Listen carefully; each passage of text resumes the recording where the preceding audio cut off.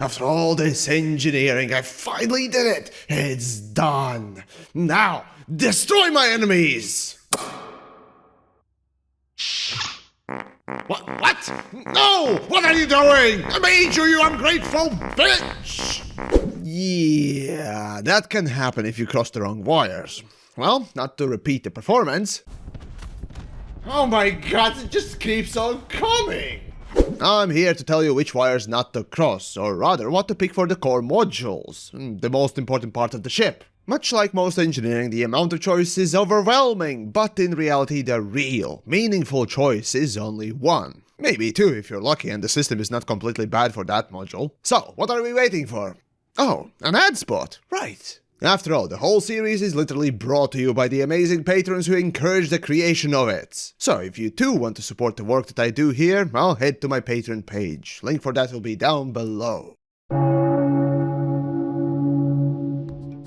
Contrary to the tier's name, I would not recommend avoiding this video, as knowing what to avoid is also important. Basically, all the worst and useless space garbage is gathered here, so prop your ass up on the chair or the toilet seat. I'm not here to judge where you watch the videos, as long as it's not fist deep into some fat woman. Let's then examine the list of must-avoid engineering for the core components. Starting with the first thing that everyone should upgrade, the frameshift drive. Now, in the past I've said multiple times that getting best jump range on any ship is going to save you a lot of grief. So what do you think the shielded upgrade is doing here? Wasting everyone's time, that's for sure. So what is the point of the tougher FSD? In most instances where you'd get this module destroyed, you'd also be in a situation where you could be easily obliterated anyway. So what's the point of this upgrade?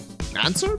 None! As for experimentals, double brace is the same as shielded, just dumb. Strip down, on the other hand, makes your ship weigh less, thus increasing the jump range, but if you think that that's a smart choice, you must have failed the basic reading classes in primary school. And thermal spread? Well, if the heat's your biggest issue, that you need this, perhaps getting pilot's license was a fluke in the system, or like me, you won it in bingo. Next up, life support. The same story goes here. What's the point of more armor for these modules? It's like those arm wrestling weirdos overtraining that one arm, so much that you're now afraid to even touch your penis out of fear of ripping it off. But seriously, if you do combat and get this module broken often, just pick A grade and have 25 minutes of air plus synthesis for near infinite refills. As for other gameplay, well, I ask, what kind of a weirdo are you to break even the basic life support? Anyways, avoid shielded and reinforced. Then we have Power Distributor, the lifeblood of your ship, and you know what this lifeblood really needs?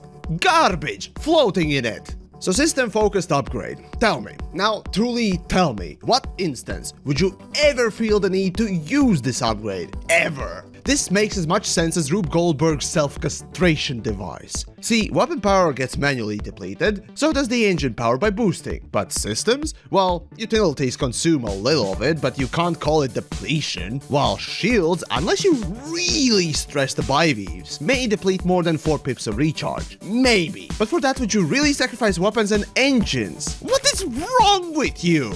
You know, I think developers put this upgrade in the game either to A, waste your time and make you grind more, or B, to purely satisfy that checkbox for all 3 types to be available.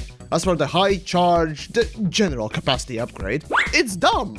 As for the shielded, well, that too is for idiots. And speaking of the brain dead, experimentals like double braced is just a moron cherry on the pile of imbecilic upgrades. And the flow control, while a positive upgrade indeed, is simply wasting your time as there are better choices. Now let's see what's next. Oh yes, this is fun and retarded. Wide angle sensors. Now instead of explaining things, let's just read the description together, shall we? Yeah, let's do that. This is about as close to perfection as it's possible to get. Improves the angle at which the scanner can work, but increases mass and scanning time. You wanted the best? You got the best. Okay, well, let's take a look then what stats this thing changes. Now tell me, where the fuck is my mass and time? And yet another amazing example of developers just taking the pooch and the bed, fucking and shitting and God knows what doing with them, but certainly not making sure that the description / explanation of the game's feature makes any fucking sense. Bravo! As for why this is a shit upgrade, well, simple. Wide angle is for those that are lazy, and in fact it just simply makes your ship worse. Then we have the thrusters, and yet again we have reinforced upgrade. No, you don't want speed or agility, you want to have working thrusters for 10 more seconds, as if that's gonna save you. As for experimentals, the thermal spread, this is just admitting that you paid no attention at building your self-cooking bacon ship. And drive distributors, this does not increase your speed, unless you're hauling something, but you know what? There is this one magical button that makes every ship come so hard that this becomes a non-issue. What was it called again? Oh, Shippy Cumsy Wumsy Boosty Woosty. Yes, that one. And finally, the hull, or bulkheads. Most expensive thing for a ship, unless you count that overpriced fuel scoop. Anyways, as I said with the lightweight hull reinforcements, are you right now telling me that you put in protective gear in your ship, the virtual Viagra basically, and now regret having a massive boner? I don't get ya. Just what exactly is wrong with you? No, don't pick this. As for thermal resist, no, just pick a different bulkhead with different resistances and just get it that way. Sure, it costs credits, but materials are non-recoupable ones and more of a massive pain to get, so don't waste them. And the same thing goes with resistance-specific experimentals. Basically, I could just copy-paste my hull reinforcement script here and be done. But unlike developers, I'm not a lazy little cunt. So there you go, the must-avoid list of core module engineering upgrades. Truly baffling selection of things that should get anyone using them condemned and probably investigated for flightless bird abusal. But knowing this is good, so that all the crappiest things are out the way. Now what's left is to check out the niche list things for niche builds. Or perhaps you just want to go for the go-to tier, where the best stuff are. And frankly, in some cases, the only useful stuff. But for now, let me know what you think of this tier.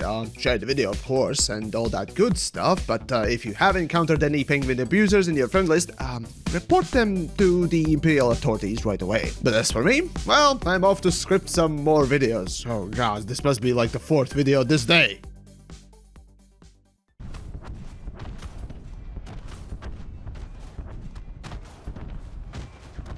How much cargo do you have, or did you start squeezing out internal organs already?